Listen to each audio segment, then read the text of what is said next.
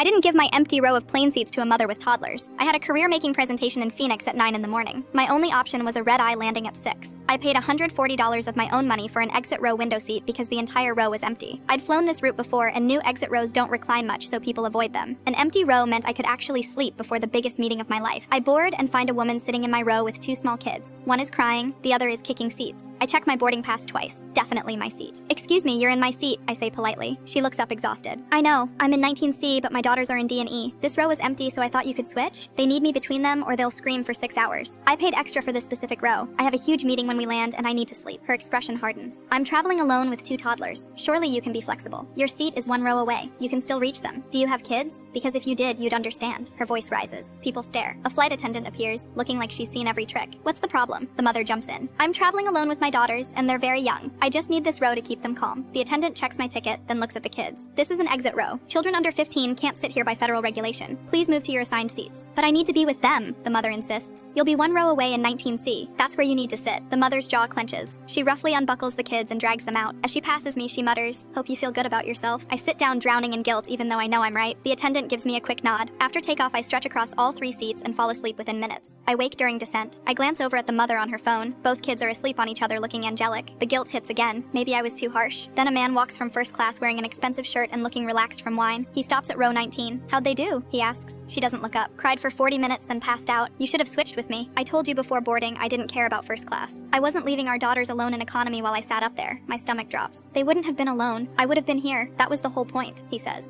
"Someone needed to be the parent," she mutters. The flight attendant is doing final checks nearby. She stops and listens. He sighs. "I feel terrible you sat back here for 6 hours. I kept thinking about checking on you but didn't want to make it weird." "We're fine," she says coldly. The attendant steps closer. "Sir, you had a first class seat?" He looks surprised. "Yeah, 3A. My wife didn't want it, so I used it since we paid for it." The attendant looks at the wife, her expression shifting to professional fury. "Ma'am, earlier you told me you were traveling alone with your daughters when you tried taking this passenger's paid seat." His face changes completely. "What?" The wife's face goes bright red. "That's not what I meant. You said, 'I'm traveling alone with 2 toddlers,' to guilt this passenger into giving up her entire exit row." He turns to his wife slowly. "You had my first class seat. I begged you to take it. You said good mothers don't abandon their kids for luxury. Then you lied about being alone to steal someone else's seat? It's not the same thing," she snaps. "You made everyone think I ditched you. I sat up there feeling like garbage for 6 hours because you wanted to play martyr. Then you tried scamming this woman by lying." The 5-year-old wakes up crying. The 3-year-old joins in wailing. The wife glares at me like this is my fault. "You made me look like a deadbeat dad when you could have been comfortable the whole time," he continues over the screaming. "Maybe if you actually wanted to be with your family you wouldn't feel guilty," she shoots back. The attendant touches my shoulder. "You did nothing wrong. Your ticket, your seat." We land. I grab my bag and leave fast. Behind me, they're still arguing about therapy and victim complexes. I make my meeting on time, well rested. My presentation is flawless. We get